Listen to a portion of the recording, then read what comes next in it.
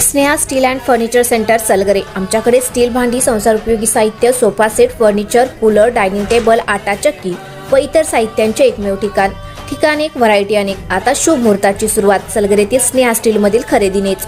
वाजवी दर, सजवा फर्निचरने तुमचे घर। सर्व साहित्यावर बजाज फायनान्सची खास सोय उपलब्ध। स्टील भांड्यांना 5 वर्षे गॅरंटी, तर फर्निचर साहित्यास किडवाळीपासून लाईफ टाइम वॉरंटी। खात्रीशीर खरेदीसाठी मिरज पूर्व भागातील एकमेव ठिकाण Sneha steel and furniture centre Salgare. आमचा पत्ता रवींद्र वस्त्रनिकेतन शेजारी सलगरे। संपर्क 90 96 25 91 38। प्रत्येक बातमीतील घटनेच्या वास्तविकतेची तुलना थेट पाहत रहा सांगली अपडेट। माननीय पोलीस अधीक्षक संदीप घुगे यांनी सांगली जिल्ह्यातील सर्व उपविभागीय पोलीस अधिकारी, सर्व पोलीस ठाण्याचे आणि शाखांचे प्रभारी अधिकारी यांची मासिक गुन्हे आढावा बैठक दिनांक 26 फेब्रुवारी 2026 रोजी घेतली।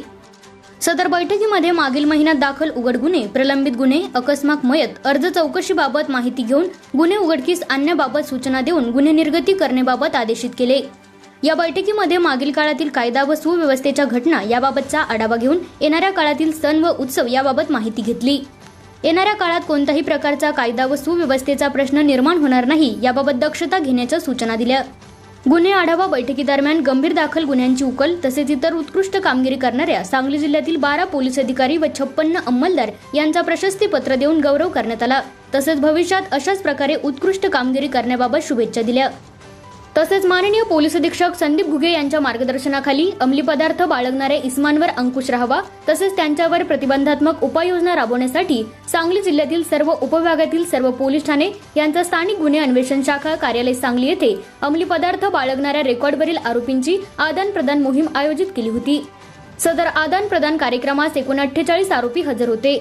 पोलीस निरीक्षक स्थानिक गुन्हे अन्वेषण शाखा यांनी आदान प्रदान करिता हजर असलेल्या आरोपींची संपूर्ण माहिती घेऊन त्यांच्या माहितीचा फॉर्म भरून घेऊन ते सध्या कोणता व्यवसाय करतात, उपजीविकेचे साधने काय, त्यांचे मित्र कोण आहेत, सध्या कोठे व कोणासोबत काम करतात, तसेच त्यांची व त्यांच्या मित्र तसेच नातेवाईकांची माहिती, पत्ते इत्यादी बाबत इतंभूत माहिती अद्ययावत करण्यात आली।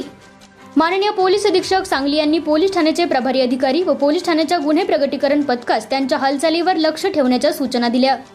अंमली पदार्थ अधिनियमांच्या गुन्ह्यात पुन्हा सहभाग आढळल्यास त्यांच्या विरुद्ध प्रभावी कारवाई करण्याचा कडक इशारा दिला।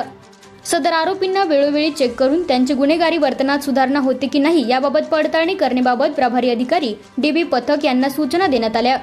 ज्यांच्यावर 2 पेक्षा जास्त गुन्हे दाखल आहेत तसेच वारंवार गुन्हे करणाऱ्या आरोपी विरोधात महाराष्ट्र पोलीस कायदा कलम 55, 56, 57 प्रमाणे तडीपारीची कारवाई करण्याबाबत प्रस्ताव तयार करण्याच्या सूचना देऊन MPDA मोक्का कायद्यान्वये कारवाई करण्याबाबत सूचना दिल्या। तसेच यापुढे अंमली पदार्थ खरेदी विक्री करणाऱ्या आरोपींवर पोलीस प्रशासनाकडून बारीक लक्ष ठेवले जाणार असल्याने आरोपींना त्यांची गुन्हेगारी वृत्तीत सुधारणा करण्याचा इशारा माननीय पोलीस अधीक्षक सांगली यांनी दिला। सदर आदान प्रदान कार्यक्रमात स्थानिक गुन्हे अन्वेषण शाखा कार्यालय सांगली येथे माननीय पोलीस अधीक्षक संदीप घुगे, सांगली अपर पोलीस अधीक्षक श्रीमती कल्पना बारावकर, सांगली जिल्ह्यातील सर्व उपविभागाचे उपविभागीय पोलीस अधिकारी, स्थानिक गुन्हे अन्वेषण शाखेचे पोलीस निरीक्षक, सांगली जिल्ह्यातील पोलीस ठाण्याचे प्रभारी अधिकारी तसेच पोलीस ठाण्याचे DB पथकाचे अधिकारी व अंमलदार हजर होते।